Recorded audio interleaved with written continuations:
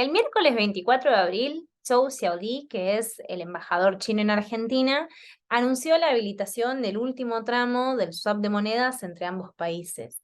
Y este anuncio no es una novedad en sí misma, porque lo cierto es que Argentina mantiene acuerdos de swaps de monedas con China desde el año 2009, que firmaron el primero por un valor de 70.000 millones de yuanes, y desde entonces que cada un periodo de alrededor de 3 años se han renovado por un valor similar también a 70.000 millones de yuanes. Entonces, no es una novedad esto en sí, pero sí es una novedad el anuncio del ministro de Economía, Sergio Massa, que dice que a partir de mayo Argentina va a pagar las importaciones de bienes intermedios provenientes de China utilizando yuanes y no utilizando dólares.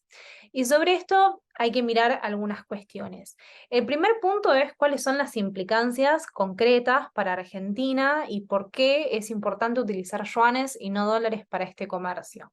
Bueno, Argentina tiene un problema de un déficit estructural en la cuenta corriente del país, que esto significa básicamente que para funcionar Argentina requiere muchos más dólares que los que puede generar, que hacen que Argentina se encuentre en una tensión, en un estrés en el mercado cambiario de forma casi permanente. Y esto configura una restricción al crecimiento, porque a medida que Argentina quiere incrementar la producción industrial, por ejemplo, requiere de aumentar más insumos, requiere de importar más maquinaria, y para todo eso necesita de nuevo más dólares. Entonces,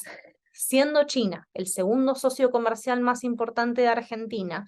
con un comercio que anualmente tiene un valor de un comercio bilateral, o sea, incluyendo las importaciones y las exportaciones, tiene un valor de 20.000 millones de dólares, dentro de los cuales Argentina tiene un déficit con China de 7.400 millones de dólares. Bueno, la posibilidad de reemplazar parte de ese déficit, en lugar de utilizarlo con dólares, lo utilizamos con yuanes, por supuesto que va a relajar la presión en el mercado cambiario. Ahora, hacer este reemplazo de dólares por yuanes no resuelve un problema estructural que tiene Argentina, que es este déficit en la cuenta corriente. Argentina tiene que trabajar para reducir el déficit en esta cuenta y tiene que trabajar para reducir la presión, por consiguiente, en el mercado cambiario. Y después un segundo punto que me parece importante analizar es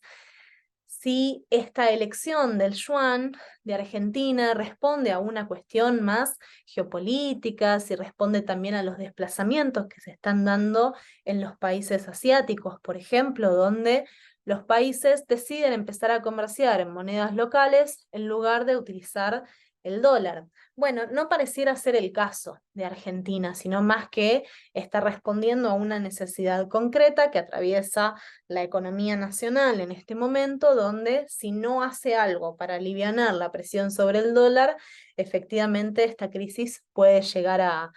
profundizarse a la brevedad. Sin embargo, por el lado de China, si lo analizamos, bueno, China tiene intereses muy concretos en por qué promover este tipo de acuerdos de swap. Por un lado, digo, hay una cuestión que es meramente económica, que es que, bueno, realizar las transacciones en moneda local reduce los costos de transacción porque no hay que pasar por una tercera moneda, es decir, no hay que hacer yuan, dólar, peso, peso, dólar, yuan, sino que directamente se cambian los pesos por yuanes y reduce riesgos, por consiguiente. Entonces, ese es un argumento que existe, que beneficia a ambas partes, pero considero que ese no es el argumento principal por el cual China promueve estos acuerdos de swaps, sino más bien para aumentar la internacionalización de su moneda, siendo la segunda economía del mundo. Hoy China tiene su moneda utilizada en menos del 3% de los pagos a nivel internacional, mientras que el dólar todavía ocupa por encima del 40%. Claro, está en su nivel más bajo en los últimos 25 años, cuando antes podía ocupar por encima del 60 o el 70% de las transacciones internacionales, pero todavía se mantiene sólido. Y China, con el lugar que tiene su economía en el mundo, no está reflejando ese lugar así con la utilización de su moneda. Entonces, ese es uno de los puntos. Y el otro, para el lado de China, es poder desarrollar mecanismos, no solo para China, sino también para el resto de los países del mundo, que sean capaces de evitar las sanciones por parte de Estados Unidos. Digo, hoy concretamente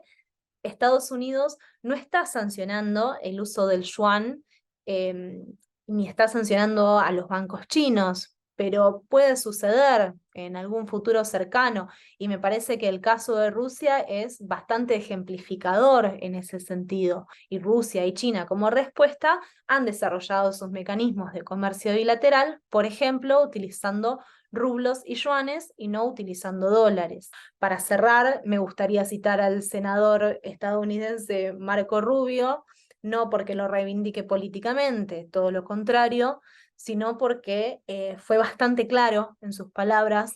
cuando recientemente dijo en relación al acuerdo de Argentina y Brasil para desarrollar esta moneda de sur como alternativa al dólar,